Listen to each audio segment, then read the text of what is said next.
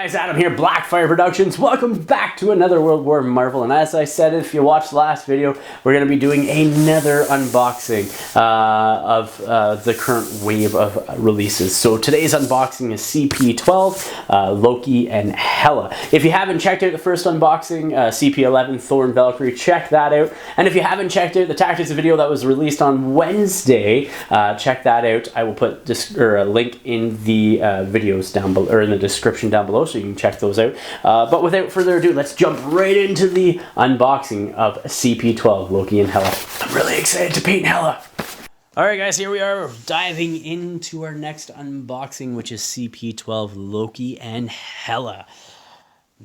Excited. So, as you can see, you got the green artwork there on the front. Mostly green, because, well, Hela and Loki both are wearing a ton of it.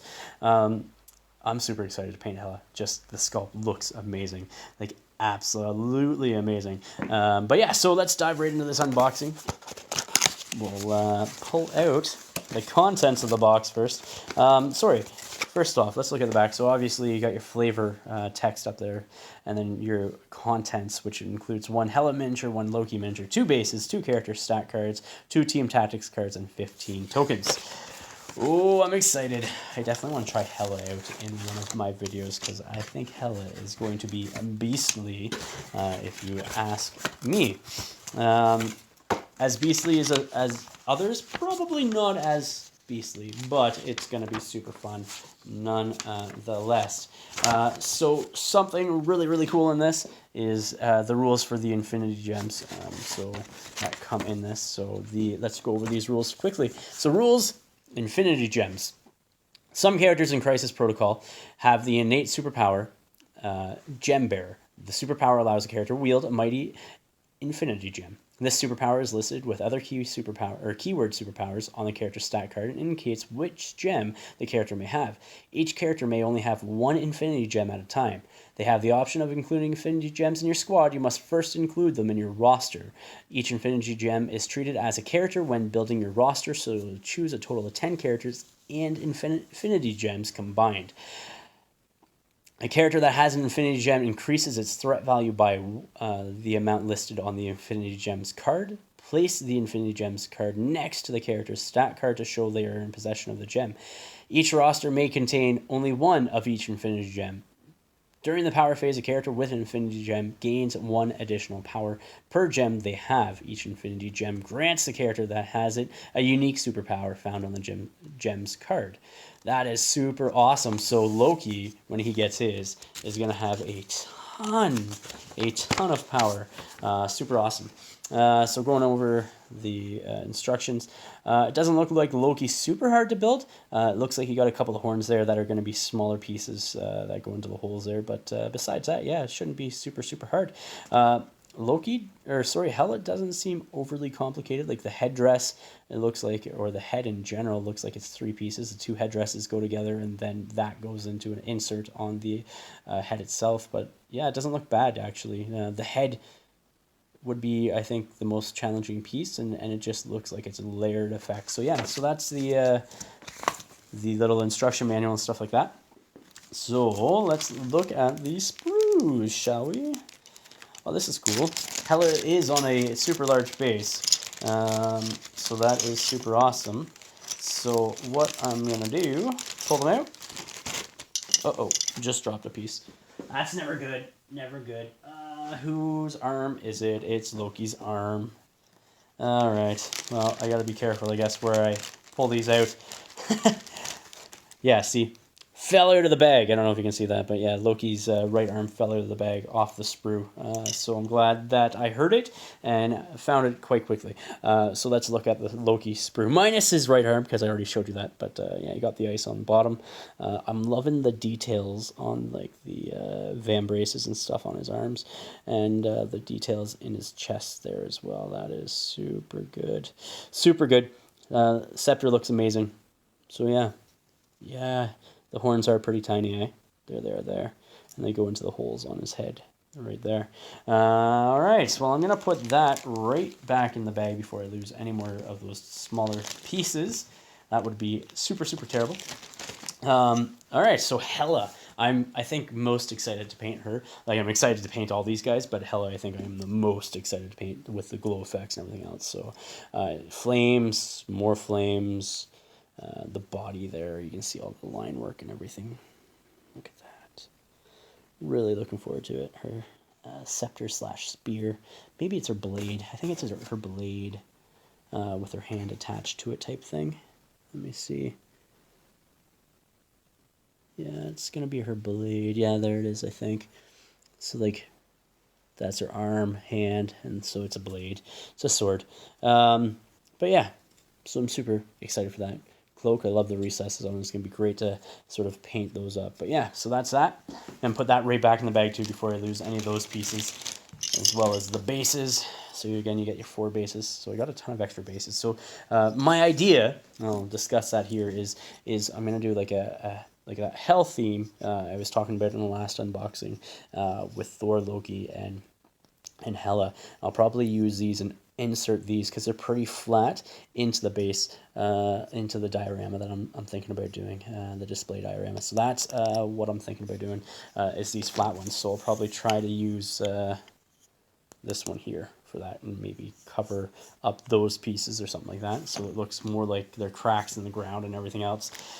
Maybe add some extra texture to the bases. I'm not sure yet.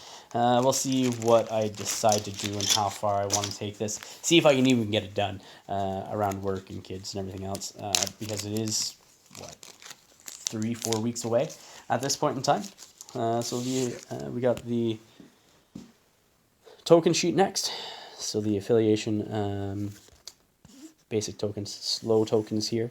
Lots of bleed tokens because Hela does a ton of that, and then those are soul tokens because Hela can collect those. Let's look at the tactics cards that we have. We have 3 tactics cards. So we have Doomed Prophecy first. It's a unaffiliated and reactive tactics card. At the start of the activation phase, an allied character may spend 3 power to play this card. This character cannot roll defense dice against attacks. Additionally, this character adds dice to its physical attacks equal to its physical defense till the beginning of the next activation. So I think there is already an FAQ for this card where it says that you lose your defenses for the rest of the game. And then you get a round where you get to add your physical defense stat to all your attack rolls for that round. So it could play off, maybe. Sibling rivalry, unaffiliated, and then it is an active card. Thor, Prince of Asgard is within. If Thor, Prince of Asgard, is within range 2 of an allied Loki, God of Mischief, both characters may spend 1 power to play this card. Throw the allied Loki, God of Mischief, medium. Loki, God of Mischief, does not suffer collision damage during this throw. Enemy characters that he collides with will roll 2 fewer dodge dice and suffer the stagger special condition. So what, like 2 power to throw Loki and deal potentially 3 damage, as well as stagger condition. And I like how it says enemy characters that he collides with. I wonder if there's something where you might be able to collide and do collision damage with more than one character. But yeah, so that's going to be super fun. And then you have Infinity Gem Mine. So obviously increases the threat value of whoever has it by 1, but you get an extra power as well, and it gives him the Mind Gem power. So choose an enemy character. It costs 2 power to use this superpower as well. Choose an enemy character within range 3 and advance it short. The superpower may be used only once per turn. So that's super awesome to be able to pull people off the objectives and stuff like that towards the end of the round. And so Loki is the only one out of this pack that is able to use an Infinity Gem, and he can use the Mind one for sure. So,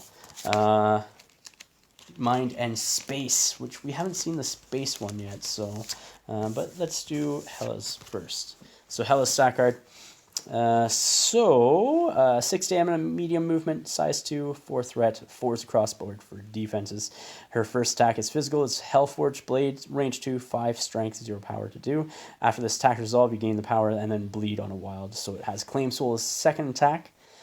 Range 4, 6 strength, 2 power to use, and if this attack deals damage, after the attack is resolved, this character gains 1 captured soul token, which are those blue tokens I showed you on the token sheet.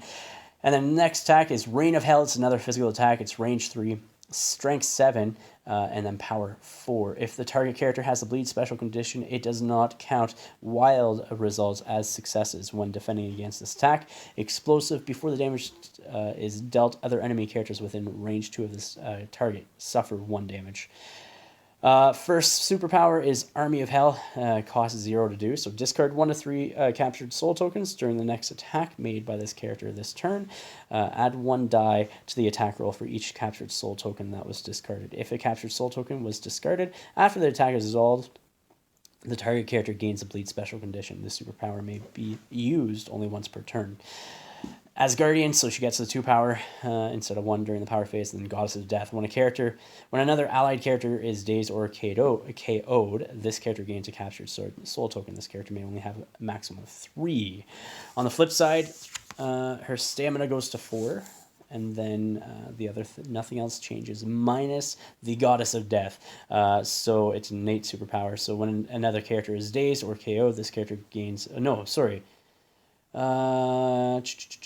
not that one. It is Queen of Hell, which is a reactive superpower. If this character has 3 captured soul tokens when it would be KO'd, you may use the superpower, remove all damage, and captured soul tokens from this character. It is not KO'd. So, super awesome, super handy to keep her alive and keep her ticking and get that much more, hopefully, combat potential out of her. Up next, Loki. So stamina 5, medium movement 2, size, and then 4 threat, 3/3/4 for defenses.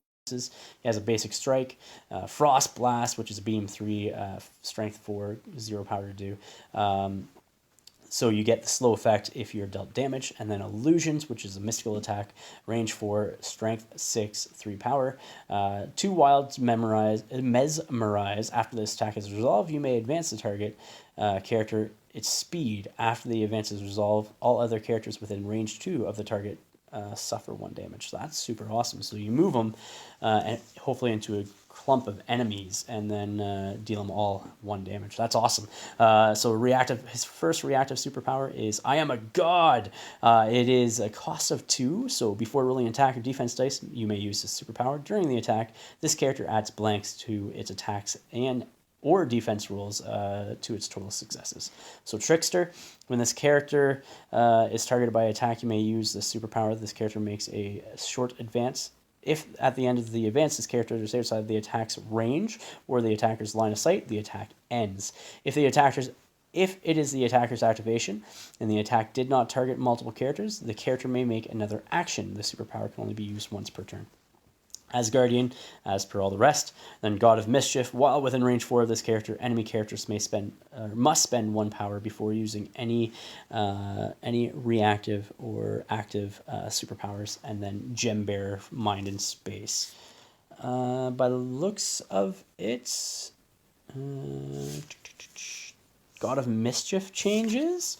So the God of Mischief, additionally, while within range 4, so it's the same first sentence for this power, and then additionally, while within range 4 of this character, enemy characters do not roll additional dice for critical results. Oh my goodness. So you really don't want to injure him, but at the same time, you want him gone so he can't manipulate the board the way he does.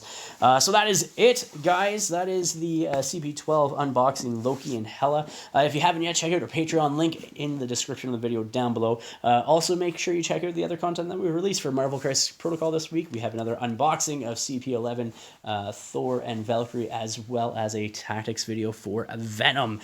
Please, guys, remember to like, share, and subscribe. Until next time, ignite your hobby.